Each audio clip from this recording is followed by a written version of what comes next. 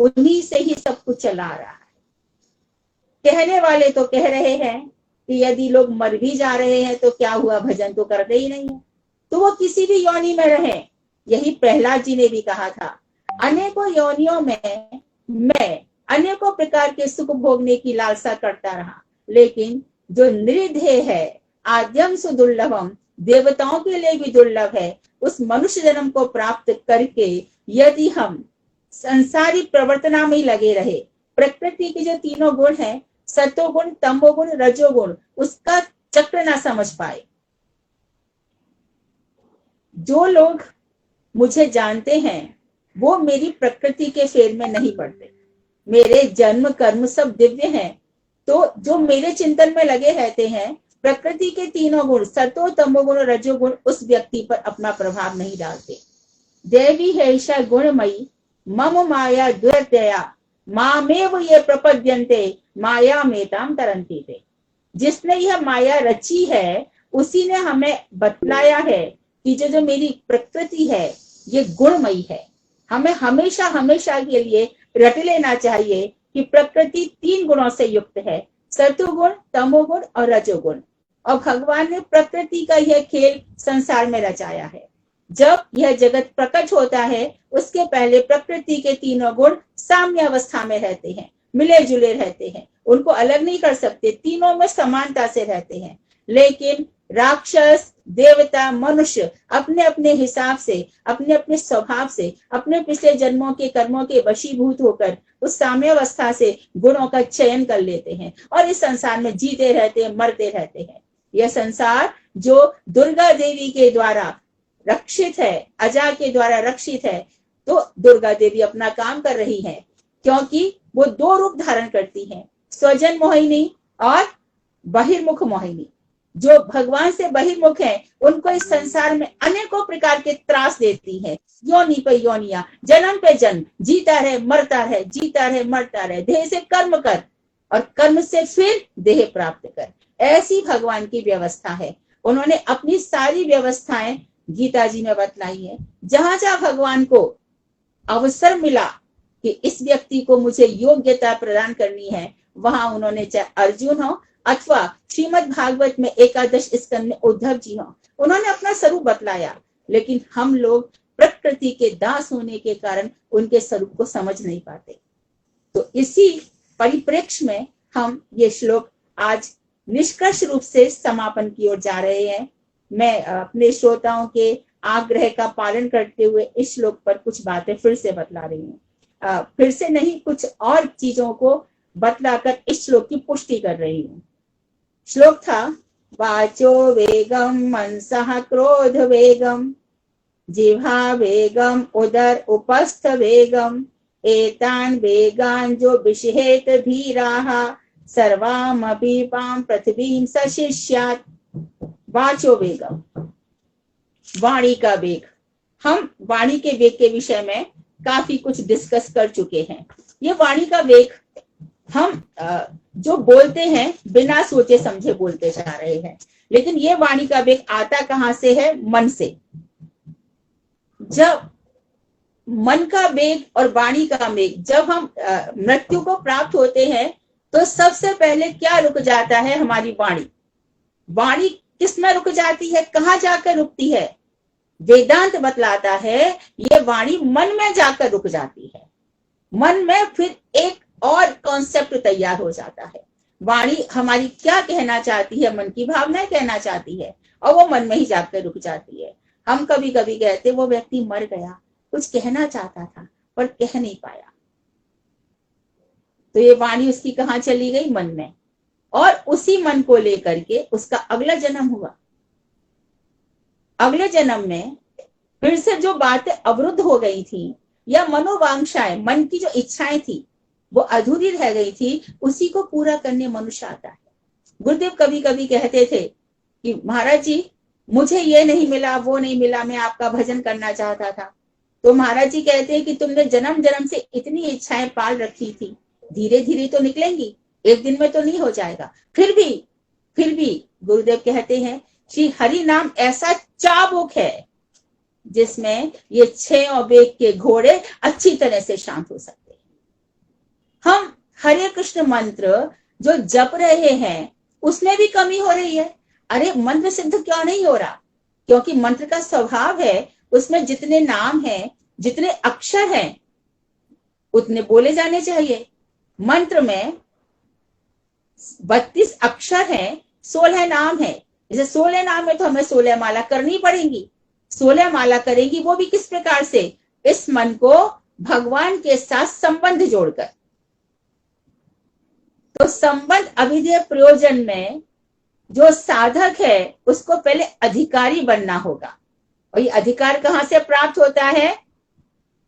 प्रारंभिक अवस्था में इन 6 वेगों को हमें शांत करना पड़ता है। मंत्र जपते जपते जो हमारे शरीर की बनावट है, उसमें योग शास्त्र में भी बताया गया। योग में कहा गया है योग चित्त वृत्ति निरोधा। योग क्या है? चित्त वृत्तियों का शांत हो जाना। चित्त में बहुत प्रकार की बातें उठती रहती है। अधिकांश लोग इस संसार के बाहरी आकर्षणों से, कभी कोई युवक लोग हैं, ये तो बहुत साधारण बात है कि स्त्री पुरुष के प्रति, पुरुष स्त्री के प्रति, इसके अतिरिक्त कोई नेता बनना चाहता है क्योंकि बहुत सारी तालियां मिल रही है, प्रतिष्ठा मिल रही है, पुष्प के हार मिल रहे हैं। कोई खिलाड़ी बनना चाहता है, बड़ी जय जयकार चारों तरफ हो रही है। और कोई दिवा स्वप्न ड्रे ड्रीमिंग करता रहता है और इसमें अपने पूरे जीवन को खत्म कर देता है दिवा स्वप्न में। उसको यह सम्मान मिला, मुझे भी मिलना चाहिए। तो 3 प्रकार की जो चीजें हैं, 3 ऐषणाएं, इसमें मनुष्य अपने जीवन को, यदि साधारण भाषा में कहा जाए, बर्बाद तबाह कर देता है। पुत्र चलता रहे, मेरा वंश चलता रहे, मुझे बहुत प्रतिष्ठा मिलती रहे। लेकिन महाप्रभु जी ने तो कहा है प्रतिष्ठा क्यों चाहिए? अमानी ना मान दे ना, तुम सबको सम्मान दे दो। जब हम गोदास ना होकर गौरांग दास हो जाते हैं तो हमारा जीवन सही पथ पर चलता है। हम जाने ना जाने किसी को भी हम गोस्वामी कह देते हैं। आगे जो ऋषिकेश हैं, भगवान श्री कृष्ण समस्त इंद्रियों के स्वामी हैं। उन ऋषिकेश की सेवा में जो लगा हुआ है प्राणपन से, जान देकर, हमेशा अपने मन को जिसने उनके चरण कमलों की सेवा में नियुक्त कर रखा है, वही तो गोस्वामी है। बाकी सब तो गो इंद्रियों के दास हैं, वे गोस्वामी पदवाच्य नहीं है।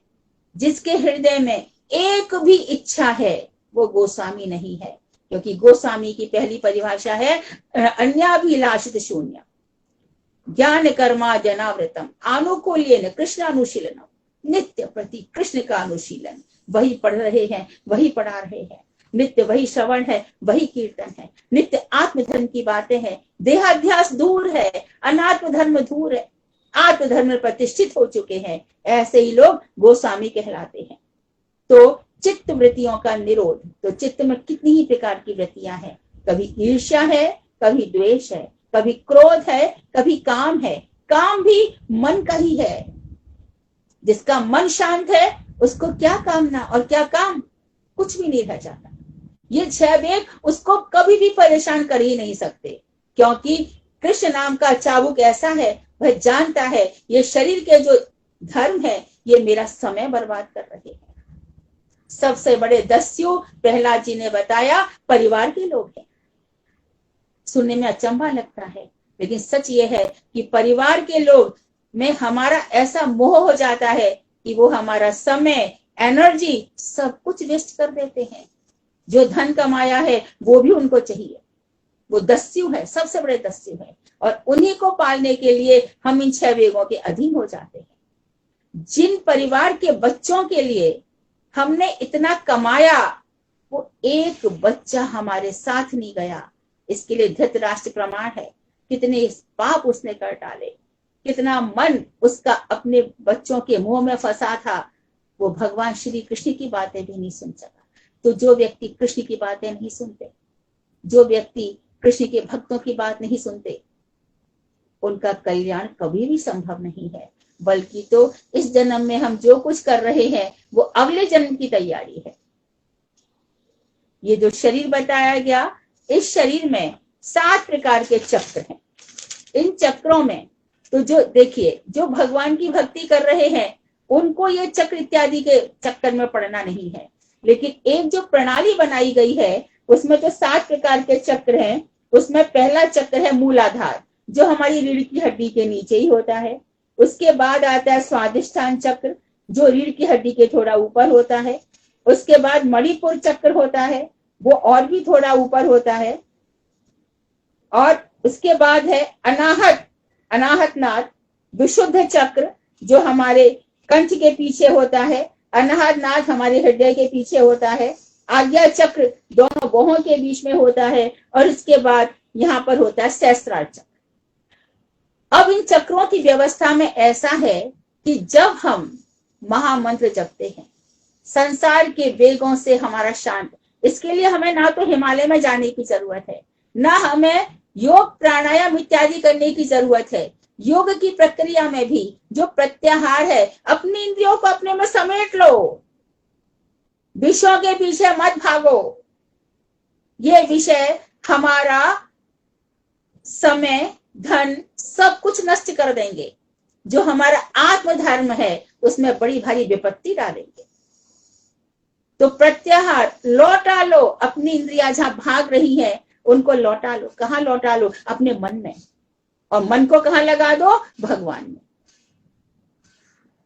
और भगवान ने भी कहा प्रारंभिक अवस्था में नाम जपना होगा। नाम जपते जपते जपते 4 प्रोसेस से मनुष्य जाता है। पहले नाम, और नाम कर इतना नाम करता है, इतना नाम करता है कि भगवान श्री कृष्ण अपनी प्रिया जी के साथ, अपने परिकर के साथ मुस्कुराते रहते हैं।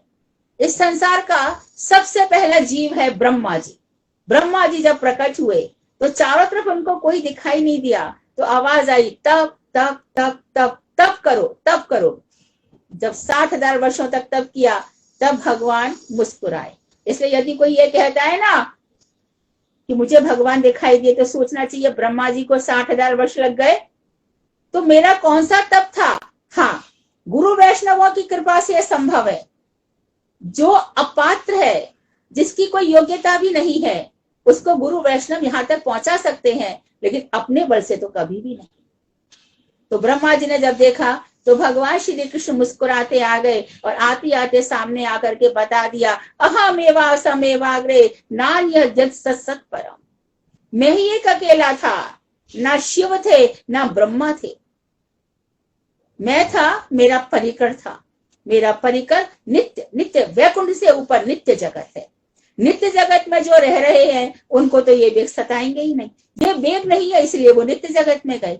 नित्य जगत की सारी व्यवस्था भगवान संकर्षण के हाथ में है, इसलिए भगवान सच्चिदानंद कहे जाते हैं। सत मतलब संधिनी शक्ति। संधिनी शक्ति का अर्थ है धाम शक्ति। उस धाम शक्ति के अधिष्ठाता है भगवान संकर्षण। संकर्षण को साथ लेकर, और खुद कौन है? वो चित्त संवित शक्ति है, परम ज्ञान शक्ति है। और आह्लादनी शक्ति की सार स्वरूपा राधा ठकुरानी, इन तीनों को मिला करके भगवान का स्वरूप है, नित्य स्वरूप है। वो नित्य जगत में रहते हैं। तो हमारा जब नित्य जगत के अधिष्ठाता भगवान श्री कृष्ण के साथ संबंध हो गया, तो बलराम भैया के साथ और राधा जी के साथ हमारा संबंध हो जाता है। इन दोनों को अलग करके, अर्थात नित्यानंद ठाकुर को अलग करके, या राधा कृष्ण के परम मूल्य स्वरूप भगवान श्री गौरांग की सेवा ना करके हम जब इस पथ पर जाते हैं, तो हमारी सिद्धि नहीं होती, क्योंकि तत्व ज्ञान नहीं है। तत्व ज्ञान के लिए आवश्यक है समझना, ईश्वर परम कृष्ण सच्चिदानंद विग्रह अनादिरादि गोविंद सर्व कारण कारणम। ब्रह्मा जी कह रहे हैं, जो इस सृष्टि के देवता ब्रह्मा जी कह रहे हैं कि श्री कृष्ण कारणों के कारण है। नहीं भैया, हमें तो हमारे परिवार में कुल देवी की पूजा करती चली आ रही है। अरे कितने कुल हो गए हर जन्म में? कौन कौन से कुल की कौन कौन सी देवी की पूजा होगी? या फिर मैं तो हनुमान जी के अलावा किसी को मानता नहीं हूं, ये हो गया मन का दास। वहीं पर सूरदास जी क्या कहेंगे?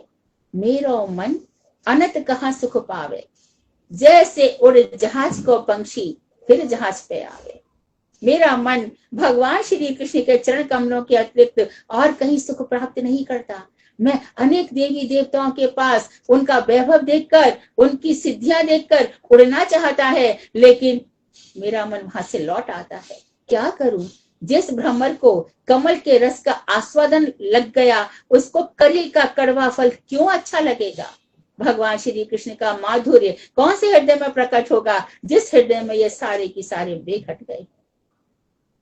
मनवा लागे ना सखीरी, मेरो श्याम बिना मनवा लागे ना। फिर कृष्ण के बिना मन नहीं लगता। तत्व का ज्ञान नहीं होगा तो कृष्ण की अनुभूति कभी नहीं हो सकती। वो शब्द ब्रह्म है और वही धीरे धीरे पांचों रसों से युक्त रस ब्रह्म हो जाते हैं। उपस्थ वेग की बात है। उपस्थ वेग में हमने पुरुरवा उर्वशी की चर्चा भागवत में देखी है। जो जिसको भजेगा वो उसी को प्राप्त होगा। भागवत में साफ कह दिया है, जो यक्षों को भजेगा तो यक्ष लोक में जाएगा, जो गंधर्वों को भजेगा तो गंधर्व लोक में जाएगा। तो ये हमारे ऊपर है कि हमें किस लोक में जाना है। और ये सभी लोग नष्ट हो जाएंगे।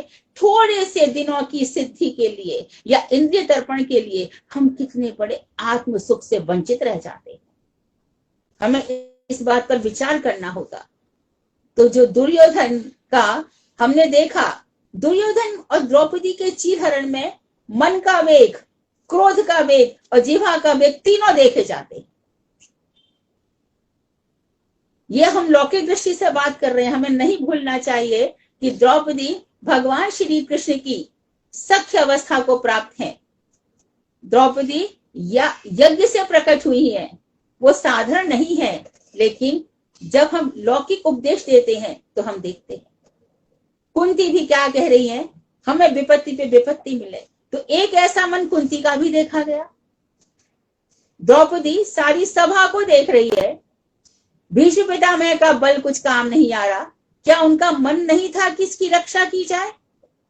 और उनका मन कुछ काम नहीं आया। यहाँ पर पति पांचों बैठे हैं, क्या उनका मन नहीं था कि पत्नी की रक्षा की जाए? लेकिन मन कुछ काम नहीं आया। काम आया तो क्या आया? कृष्ण की भक्ति। जब उसने कहा, बिन काज आज महाराज लाज गई मेरी, दुख हरो द्वारिका नाथ शरण में तेरी। बिना कारण के मेरी लाज जा रही है, नाथ आप आ जाओ। तो मन की शक्ति अपार है, परंतु कब है? जब भगवान श्री कृष्ण से संयुक्त है। तो वहां पर जो गौरांग महाप्रभु ने आदेश दिए हैं, चेतो दर्पण मार्जनम, इस चित्त रूपी दर्पण का मार्जन करो। मन को स्वच्छ बनाओ, मन को सुंदर बनाओ। तेरे पूजन को भगवान बना मन मंदिर आलीशान। मन मंदिर को आलीशान बनाओ। कितना सुंदर मन बनाओ कि जो हम सब लोग अपने अपने गुरु जी के द्वारा दिए गए क्लीं मंत्र की उपासना करते हैं, उसका बीज तो यहाँ पर आए। भक्ति लता का बीज तो हो गया, वपन हो गया, परंतु ऊपर नहीं उठ रहा। सभी दुखी है, सभी परेशान है। हम सबको ध्यान रखना चाहिए, हरि नाम का जो चाबुक है। एक और मन की बात सुन लीजिए। कठोपनिषद में आता है कि बाजसनेय संहिता में जब नचिकेता ने देखा कि उनके पिता बाजस ने एक बड़ा भारी यज्ञ कर रहे हैं और उसमें बड़ा भारी दान दिया जा रहा है, तो नचिकेता ने पिताजी से पूछा कि आप दान में क्या देने वाले हैं? उन्होंने कहा, मैं बहुत सुंदर सुंदर गाय ब्राह्मणों को दूंगा। यज्ञ समाप्त हुआ और नचिकेता ने देखा कि मेरे पिताजी ने इस मन से जो संकल्प किया था, वो मन का संकल्प झूठा हो गया। आज वो जो सुंदर सुसज्जित सींगों में मड़ी हुई जो गाय हैं, उनको तो रख रहे हैं, और जो पुरानी गाय हैं, बूढ़ी हो चुकी हैं, उनको दान में दे रहे हैं। बालक नचिकेता को ये अच्छा नहीं लगा। जाकर के पूछा, पिताजी आप ऐसा क्यों कर रहे हैं? जवाब नहीं दिया। बालक पूछता है, पिताजी इधर उधर मुंह फेर करके अपना काम करते जाते हैं, उसकी बात का जवाब नहीं देते। अंत में बालक ने कहा, पिताजी मैं भी नवयुवक हूं, मैं छोटा बालक हूं, आप मुझे किसको दोगे? पिताजी झल्ला गए, क्रोध का वेग। उन्होंने कहा, जा, तेरे को मैंने यमराज को दिया। नचिकेता सशरीर यमलोक पहुंच गए। यमराज वहां पर किसी काम से बाहर गए थे। 2 दिन नचिकेता भूखे प्यासे वहीं खड़े रहे कि मेरे पिताजी ने यमराज को दिया है तो मैं यमराज के दर्शन अवश्य ही करूंगा। यमराज परम महाभागवत है, भगवान श्री कृष्ण के आदेशों का पालन करते हैं। वहां पर उन्होंने घोषणा कर रखी है कि जो भी व्यक्ति भगवान श्री कृष्ण का भजन करता है, हे यम दूतो, हे मेरे दूतो, उसको यहां पर मत लाना।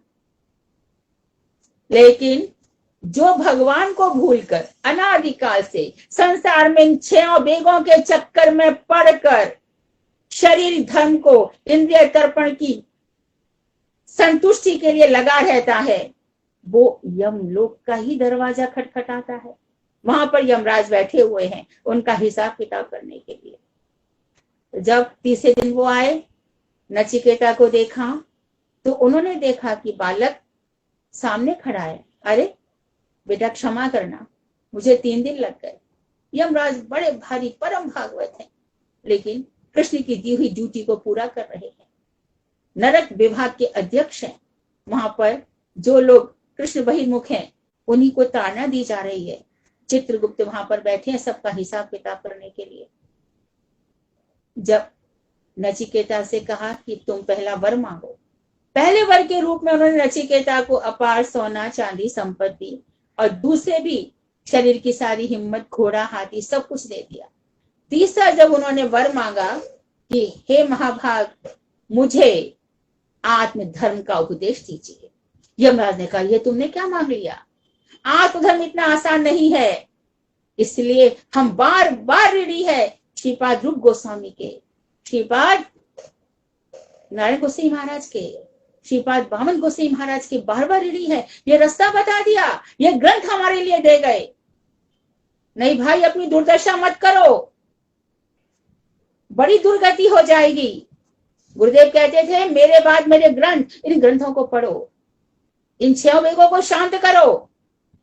इन 6 वेगों को कहां पे लगा देना है? सबको इकट्ठा करके, सबकी ममता ताग बटोरी, सबको इकट्ठा करके भगवान में लगा देना है। तो फिर यमराज ने उनको आत्मधर्म का उपदेश दिया। वहां पर बड़ा सुंदर रूपक बताया कि जो तुम्हारा शरीर की इंद्रियां हैं ये घोड़े हैं, ये विषयों की तरफ भागती हैं और मन इनकी तरफ भागता है। बुद्धि क्या है? लगाम है, और बुद्धि रूपी लगाम से इन घोड़ों को पीछे खींचो, इनका प्रत्याहार करो। तो जो मन है वो चित्त वृत्ति है, इसका जो निरोध है वही दशम स्कंध है। श्रीमद् भागवत के 10वें स्कंध का नाम है निरोध। इतने सारी अम्बरीश महाराज को कथाएं सुनाई गई, परीक्षित महाराज को कथाएं सुनाई गई 9वें स्कंध तक, जिसमें अम्बरीश महाराज की भी कथा थी। किस तरह से उन्होंने एकादशी व्रत किया और किस तरह से भगवान का सुदर्शन अम्बरीश की रक्षा कर रहा था। तो जो लोग भगवान का नाम जप रहे हैं तो भगवान के चारों ही आयुध शंख चक्र गदा पद्म उन भक्तों की रक्षा कर रहे हैं। ये बातें आकाशीय बातें नहीं है कि खाली बोली जाती हैं, ये अनुभूति की बातें हैं, ये प्रेम की बातें हैं। उठो, बंदगी तेरे बस की नहीं है। तो हमें दैहिक धर्म के चक्कर में पड़कर कि this is my duty to serve the country, this is my duty to serve my parents, my family, ये सब चलता रहता है। कैसे?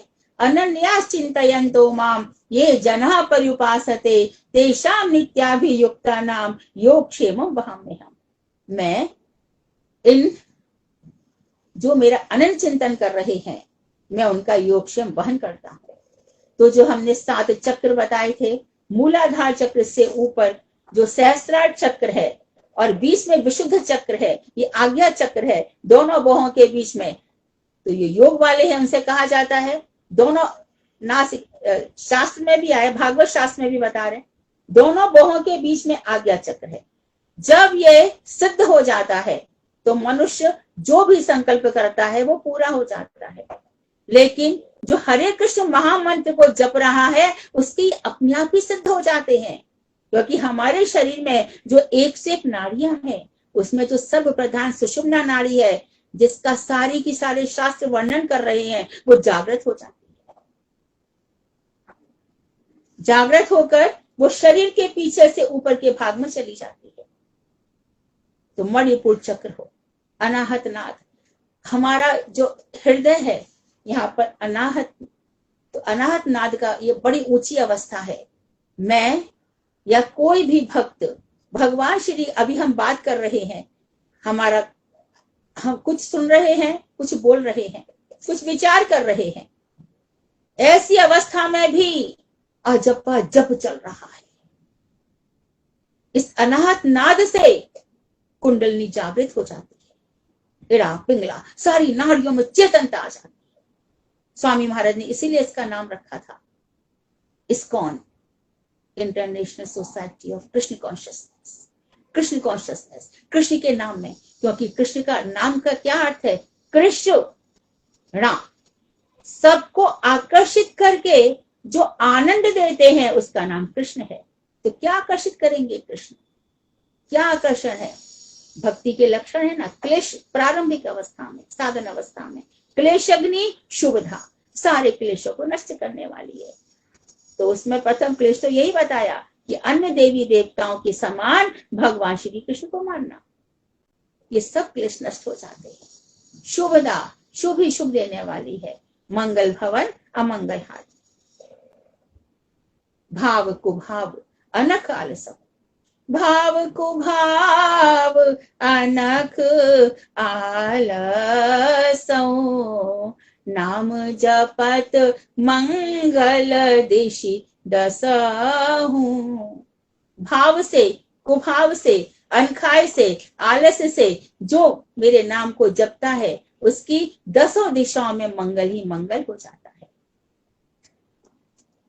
तो बहुत ही ध्यान से, परिप्रश्नों से, सेवा से, प्रणिपात से हमें नाम प्रभु की आराधना करते हुए, अपने गुरु की आराधना करते हुए इन 6 वेगों को शांत करने का पूरा प्रयास करना चाहिए।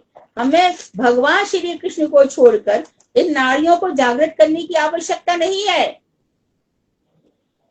जो हम खुद देख रहे हैं कि जो योगी हैं या योग सिखा रहे हैं वो भक्त नहीं है। हाँ, भक्ति गुण से युक्त होकर ज्ञान भी हमारे लिए अच्छा है, और भक्ति गुण से युक्त होकर कर्म भी वो क्या बन जाता है? सेवा बन जाता है। तो कंक्लूसिवली, वाचो वेगम, जो वाणी का वेग है, हमें उसको शांत करना चाहिए, नहीं तो काक भुषुंडी जैसी अवस्था हो जाएगी। काक भुषुंडी का क्या हुआ था? उनके गुरु कह रहे हैं, शंकर जी का मंत्र दिया है, भगवान विष्णु की भी आराधना करो, लेकिन वो भगवान विष्णु के विरोधी हो गए। और जब शंकर जी सामने हैं, तो शंकर जी सामने हैं, भगवान की कथाएं सुना रहे हैं, परंतु उसकी रुचि नहीं रखती है। भगवान शंकर ने उसको शाप दे दिया। जिस ब्राह्मण, ये शुद्ध योनि में थे, जिस ब्राह्मण ने इनको अपना शिष्य बनाया था, उस ब्राह्मण ने भी बहुत समझाया, लेकिन माने नहीं, मन की करी, मन की करी। मन का वेग और वाणी का वेग, जीवा का वेग, ये तीनों एक दूसरे से कनेक्टेड है। जब खूब मन की करने लगे तो शंकर जी ने शाप दे दिया, जा 1 करोड़ जन्म तक पशु पक्षी योनियों में भटकता रहे। लेकिन जो ब्राह्मण थे वो शुद्ध भक्त थे शंकर जी के, और वो भगवान विष्णु को भी मानते थे, उनकी कथाएं सुनते थे। इसलिए भगवान शंकर उनसे प्रसन्न हो गए। उन्होंने कहा कि ये 1000 योनियों में भटकता तो रहेगा, लेकिन इसको जो मरने का यंत्रणा है, मरते समय जो यातना होती है, उसका भोग नहीं करना पड़ेगा, और इसको स्मृति बनी रहेगी इस घटना की। तो स्मृति करते करते वो अंतिम जन्म में ब्राह्मण बने, और ब्राह्मण बनकर के लोमश ऋषि के पास गए। लोमश ऋषि निर्गुण ब्रह्म की उपासना के विषय में उपदेश देने लगे कि भगवान निर्गुण है, निराकार है, इस प्रकार की बातें। लेकिन गुरु के सम्मुख चुप रहना चाहिए, इनको ये अच्छा ही लगा। उन्होंने कहा भगवान निर्गुण नहीं, सगुण है, साकार है। इस तरह से भगवान श्री राम की कथाओं में खोए हुए थे। तो उन्होंने कहा कि तू इतना बीच बीच में बोलता है, जा तू कौआ हो जा। कौआ के उसमें देश में, कौआ की योनि में वो आज तक है, कल्प पे कल्प बीतते जा रहे हैं, परंतु काग भुषुंडी अपने कौए के वेश में भगवान का नाम जपते जा रहे हैं। इसी प्रकार से हनुमान जी भी आज भी मानसरोवर में बैठे हैं, किष्किंधा पर्वत पर अब भी घूमते रहते हैं, वो चिरंजीवी हैं। लेकिन वहीं पर जो अश्वत्थामा है, जिसने अपने मन के वेग के कारण द्रौपदी के 5 पुत्रों का संहार कर दिया था, वह भी आज भी घूम रहा है। आज भी जब रिसर्च वाले बताते हैं कि उसको कभी कभी देखा जाता है, तो यहां से उसकी मणि निकली हुई है। ये कथाएं चित्त वृत्तियों को शांति करने के लिए है। ध्यान से रहो, अवधान करो, प्रणिधान करो, मन को विचलित मत होने दो, मन को शांत रखो। तो ऐसी अनेकों कथाएं, जहां तक कि हम नारद जी के विषय में भी देखते हैं कि जब वो गंधर्व थे तो उनको गाने का बहुत शौक था। एक दफे ब्रह्मा जी की सभा में वो स्त्रियों को साथ लेकर के गाने चले गए। अरे भाई, ये कोई बात है? तो ब्रह्मा जी ने भी उनको शाप दे दिया और उनको दासी का पुत्र होना पड़ा। मन का मत करो, शास्त्रों की बातें सुनो, शास्त्रों के अनुसार चलो। तो वो कह रहे हैं, श्रीपाद बामन गोस्वामी महाराज का वचन है कि देखिए, ये सारे शास्त्र मेरे लिए हैं, और यदि तुम मेरे हो तो तुम्हारे लिए भी है। शास्त्रों की बात कोई कितना भी कहे, कोई आकर के बोलेगा अरे आपने सुना नहीं, प्रजापति वाली कितनी बढ़िया बातें समझाती है, तुम्हारा सारा की सारा जो टेंशन है, तनाव है, सब दूर हो जाता है। फिर कोई आकर के कहेगा आपको पता नहीं है गणपति में कितनी शक्ति है, उनका भजन करें। आपको पता नहीं है हनुमान जी में। अरे भैया, तुम मुझे क्या बता रहे हो? जो तुलसीदास जी भगवान श्री राम के आराधक थे, और जिन तुलसीदास ने अपने मन के विषय में बताया, स्वांत सुखाय तुलसी रघुनाथ गाथा, मैं अपने मन के सुख के लिए रघुनाथ की गाथा गा रहा हूं। वही तुलसीदास जी हनुमान चालीसा में कह रहे हैं, राम रसायन तुमरे पासा, सदा रहो रघुपति के दासा। रघुपति के दास बन हो हनुमान जी, आप मेरे पर कृपा करो। राम रसायन, राम नाम का अमृत आपके पास है, कृपा करो गुरुदेव की नाई। शंकर जी, हनुमान जी अभिन्न है, ये हमारे गुरु है। इनको गुरु समझ के चलोगे तो शंकर जी की कृपा की कोई तुलना ही नहीं है। वैष्णवा नाम यथा शंभु, परंतु नहीं मानेंगे। शास्त्र कह रहे हैं, पता नहीं कौन सा मन ले आते हैं। इसलिए किसी दूसरे के मन की मत सुनो। जब तक कोई अपनी बात कह रहा है, उससे कहो भैया मुझे शास्त्र का प्रमाण दो। और शास्त्र का जो प्रमाण है, शास्त्र योनित्वात्, भगवान शास्त्रों से प्रकट होते हैं। शास्त्रों में जो बात नहीं कही गई, एक बात सुनने की आवश्यकता नहीं है। और शास्त्रों में शास्त्र शिरोमणि है श्रीमद् भागवत, प्रमाण अमलम, अमल प्रमाण है।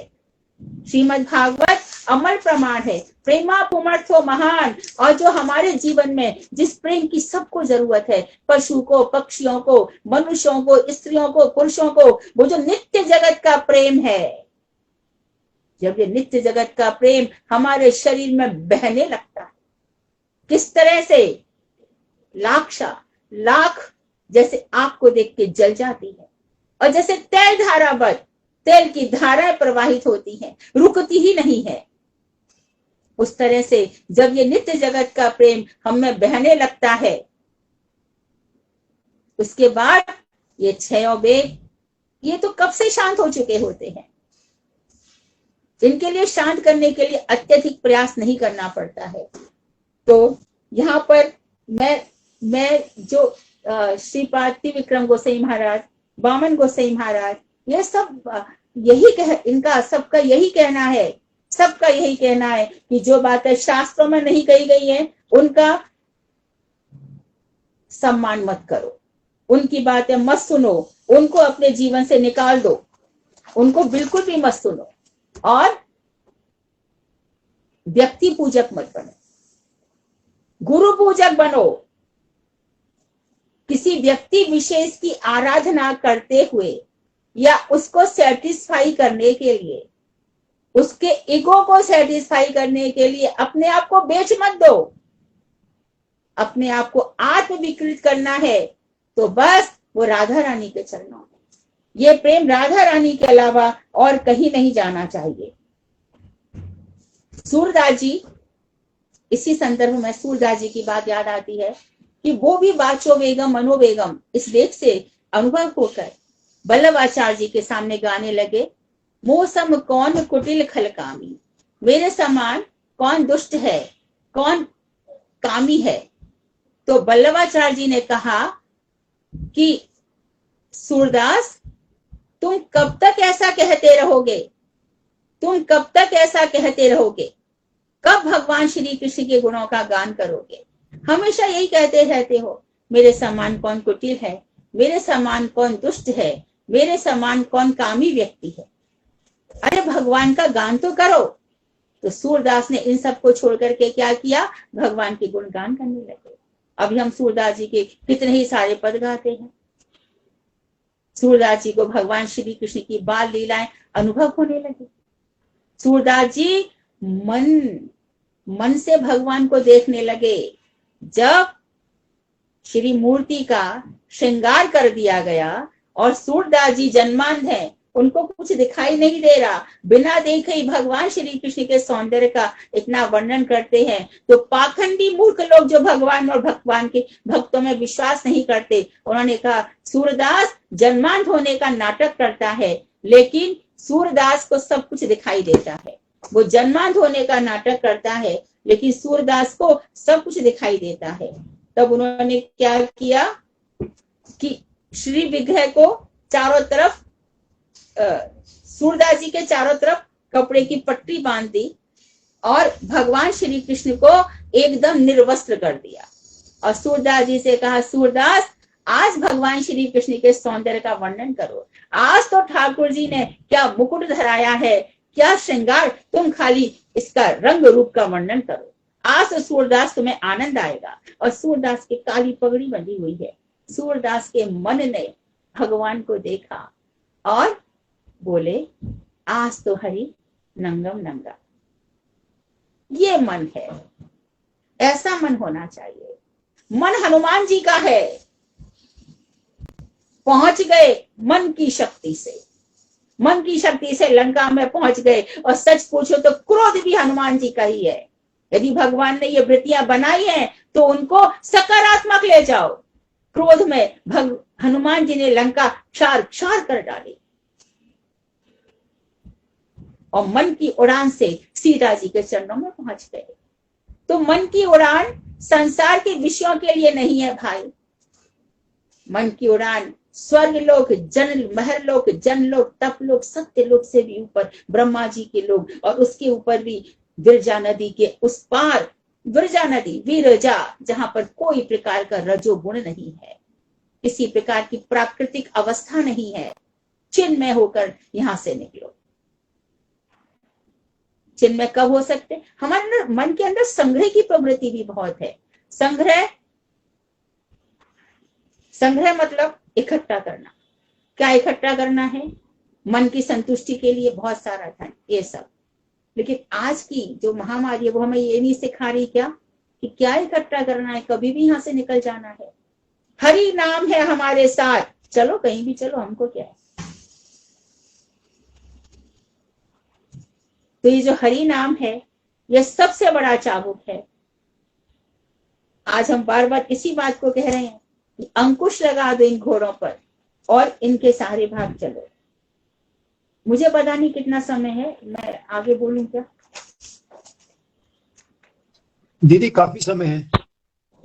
दीदी हाँ, काफी समय है। अच्छा, हरी बोल।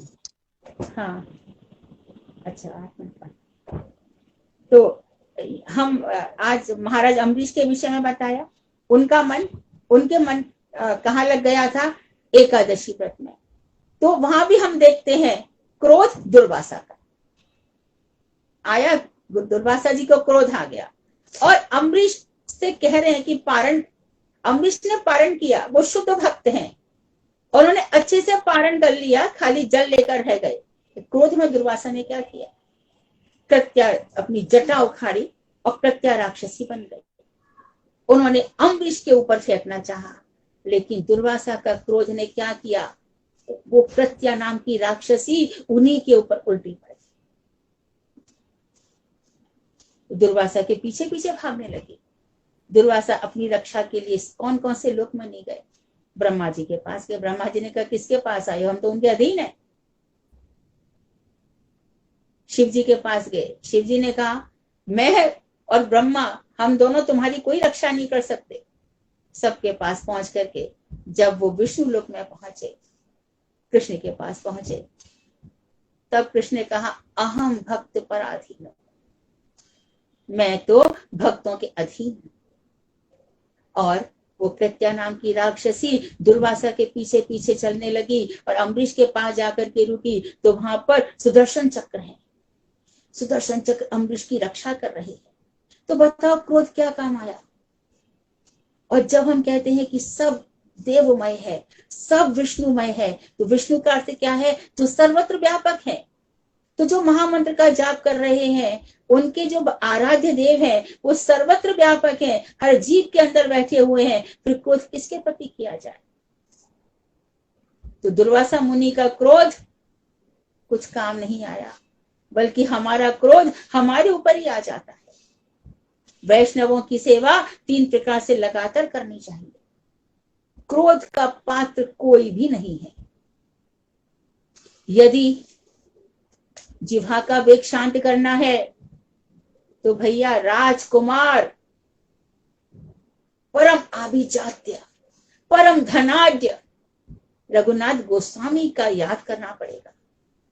किस तरह से उन्होंने गाय का उच्छिष्ट, चावलों को, बासी खुशी चावल, इतने बड़े घर का जो राजा सा बेटा है, राजकुमार सा, इतना सुंदर नवयुवक, इतनी सुंदर पत्नी का पति, अपार ऐश्वर्य का मालिक, जगन्नाथपुरी में महाप्रभु की कृपा प्राप्त करने के लिए कैसा जिह्वा का वेग है। जो इस कथा को याद करेगा उसको जिह्वा का वेग कैसे रह सकता है। इस कथा का स्मरण करना पड़ेगा। विष्णु प्रिया जी अपने पति के मूर्ति का ध्यान करती हुए, उनकी पूजा करती हुए, हर एक नाम में एक एक चावल का कण एकत्र करती है। उनको कैसे उदर का वेग हो सकता है। आज तो किसी ना किसी बहाने से आयोजन किया जाए, बढ़िया बढ़िया फल खाने को मिलेंगे, बढ़िया बढ़िया मिष्ठान खाने को मिलेंगे। ऐसे छलबल वालों के लिए उदर वेग कभी शांत नहीं हो सकता। उदर वेग शांत होगा विष्णु प्रिया जी का अनुसरण करके। भगवान का प्रसाद लगाया जाए, भगवान का भोग लगाया जाए, भोग जो कुछ भी मिल जाए। श्रीपाद बामन गोसाई महाराज को प्रसाद रख दिया जाए। उनसे पूछा गया महाराज नमक की आवश्यकता है। बामन गोसाई महाराज ने कहा मैं तो प्रसाद की सेवा कर रहा हूं, मुझे पता नहीं इसमें नमक कम है या नहीं, मैं प्रसाद की सेवा कर रहा हूं। तो जिह्वा का जो वेग है ऐसे महापुरुषों की कृपा से शांत होता है। तो उदर का वेग शांत होगा विष्णु प्रिया जी के और रघुनाथ दास गोस्वामी से, जो 1000 कहीं कहा गया, कहीं 3000 कहा गया, दंडवत प्रणाम करते हैं और क्या पीते हैं, 1 दोना भर छाछ। उदर का वेग तो वही शांत हो गया। और मन का वेग शांत होगा गोपाल भट्ट गोस्वामी के चरण कमलों के ध्यान से। वाह क्या इच्छा थी, शालिग्राम से राधा रमन लाल जी प्रकट हो। मन का वेग हो तो ऐसा हो। तो ऐसे ऐसे गोस्वामियों का चिंतन है हमारे यहाँ। जिह्वा वेग, मन का वेग, उदर का वेग, उपस्थ का वेग तो हमने दुर्दशा देखी है सबकी। हमने पुरंजन की दुर्दशा देखी, हमने पुरुरवा की दुर्दशा देखी, हमने ययाति की दुर्दशा देखी। कितने ही वर्णन श्रीमद् भागवत में आए हैं। तो जो उपस्थ वेग के अधीन होकर स्त्री संगियों का संग करता है, स्त्रियों का संग करता है, स्त्री पर मोहित हो जाता है, उसके देह पाश से बाहर नहीं निकल पाता। मल मूत्र की जो गठरी है, यह शरीर जो परम घृणा का केंद्र है, उससे बाहर नहीं निकल पाता। तो उसके लिए हजारों योनियां अभी प्रतीक्षा कर रही। आ भाई, सुअर बन के आ जा, कुकर बन के आ जा। और जिसको बहुत ही धन में लालसा है तो सर्प योनि उसकी प्रतीक्षा कर रही है, आ जा। इंद्र को भी सहस्त्रभग होने का अभिशाप मिल गया था, उसने अहिल्या को कुदृष्टि से देखा। तो इस प्रकार से हमारे छह वेग शांत हों, बहुत अंदर तक चले जाएं, तो ये जो श्लोक है इसका कभी भी अंत नहीं है। यह श्लोक हजार हजार कथाओं को जन्म देने वाला है। लेकिन ये साधारण स्थिति में होंगे तो ये हम इसकी चर्चा साधारण रूप से करेंगे तो ये वेग कभी शांत नहीं होंगे। ये वेग शांत होंगे हरि की चर्चा से, हरि भक्तों की चर्चा से। तो आज मैं इस श्लोक को फाइनली विराम देती हूँ और अगली बार दूसरे श्लोक में हम प्रवेश करेंगे।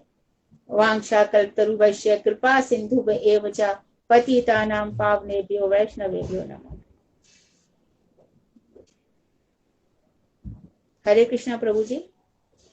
दरबार दीदी, मैं वेट कर रहा हूँ, किसी को प्रश्न हो तो पूछ लो आपसे। मैं अभी आए नहीं प्रश्न मेरे पास। हरे कृष्णा दीदी, धन्यवाद, प्रणाम। हरे कृष्णा।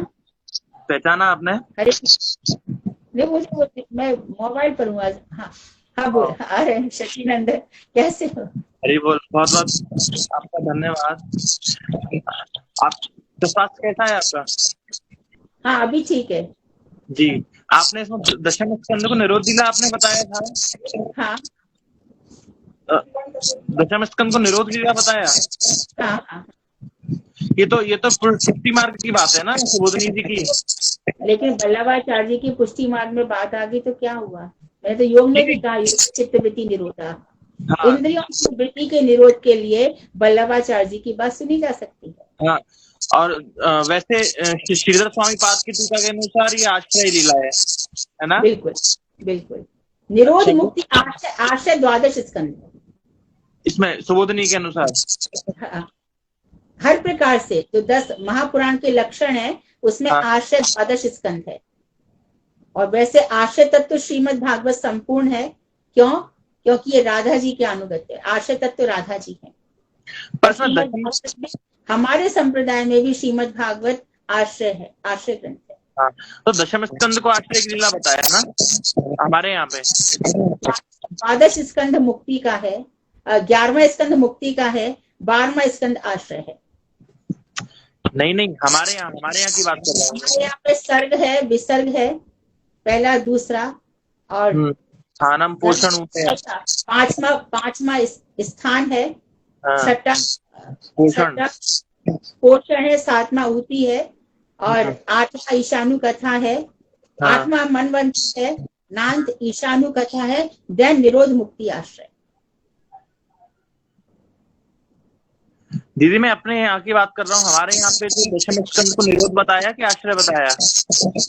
निरोध नहीं, मैंने कल चैतन्य चरितामृत में पढ़ा, दशम को आश्रय बताया।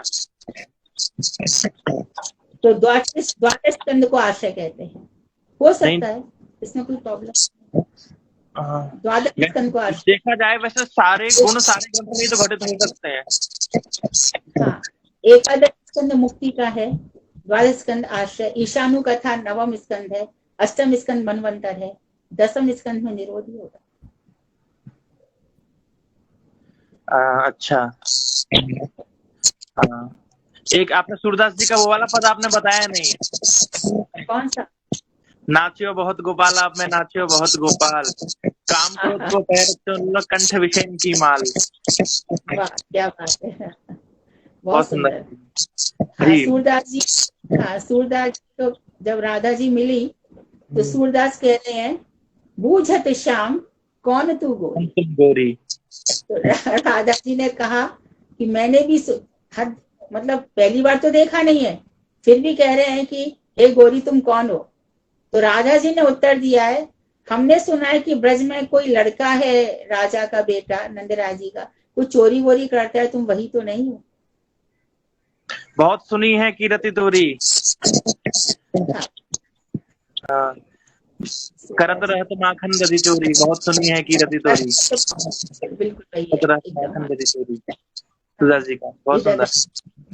बहुत बहुत आपका अनुग्रह है हम लोगों पर, और ये खासकर विद्यालंकार वाणी की ये जो टीम जो कर रही है, बहुत अद्भुत। और आपके माध्यम से जो हरिकथा, बहुत बहुत अनुग्रह है। तुम कथा प्रेमी हो, तुम्हें जहाँ भी कथा मिलेगी तुम्हें अच्छी ही लगेगी। बहुत बहुत धन्यवाद, बहुत सुंदर लगी। मैं पिछली बार वाली में भी था। अच्छा अच्छा। हाँ, इस बार भी हूँ। हाँ, हमारा रविवार आपने सार्थक कर दिया। तुम्हारा जीवन तो सार्थक ही है सचिन। मैं रविवार बोल रहा हूँ, हमारा रविवार सार्थक कर दिया। अभी अभी अभी वेदांत सूत्र भी हाँ। सोच रहे हैं कि 565 सूत्र हैं, उसका 20-20 मिनट का वीडियो यूट्यूब पर वीडियो क्लिप निकाल देंगे, क्योंकि फिर वेदांत सूत्र से हम लोग वंचित रह जाएंगे। बहुत तो अच्छा है, वेदांत बहुत सूत्र में सोच रहे हैं, हाँ, उसका भी निकालने का विचार चल रहा है। बहुत अच्छा। ठीक है दीदी, मैं और लोगों के लिए मौका देता हूँ। मैं ही बोलता रहूंगा तो और लोग नहीं बोल पाएंगे। हरे कृष्णा। हरे कृष्ण, हरे कृष्ण, हरे कृष्णा प्रभु जी। दंड प्रणाम दीदी। सभी वैष्णव वैष्णवी के मैं आपको बहुत बहुत धन्यवाद देता हूँ। आपने हम पर इतनी कृपा, हम बद्ध में इतनी कृपा की, हमें आप सन्मार्ग दिखा रहे हैं दीदी। बहुत बहुत बहुत बहुत धन्यवाद दीदी। दंडवत प्रणाम, थैंक यू, बहुत बहुत धन्यवाद।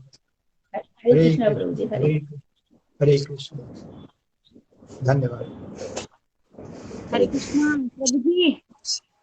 हरे कृष्णा दीदी, राधे राधे। राधे राधे। हरे कृष्णा। कौन? हरे कृष्णा, राधे राधे, राधे राधे। गुड्डी की बहन। हरे राधे, हरे कृष्णा दीदी, राधे राधे। दंडवत प्रणाम। हरे कृष्णा दीदी, दंडवत प्रणाम। दंडवत प्रणाम। हरे कृष्ण, हरे कृष्णा, हरे कृष्णा। सभी को मेरा प्रणाम, सभी को दंडवत प्रणाम। हरे कृष्णा। दंडवत प्रणाम। तो दंडवत, अभी क्लास ओवर हो गई है। हरे कृष्णा। हरे कृष्णा, हरे कृष्णा। हरे कृष्णा दीदी, दंडवत प्रणाम।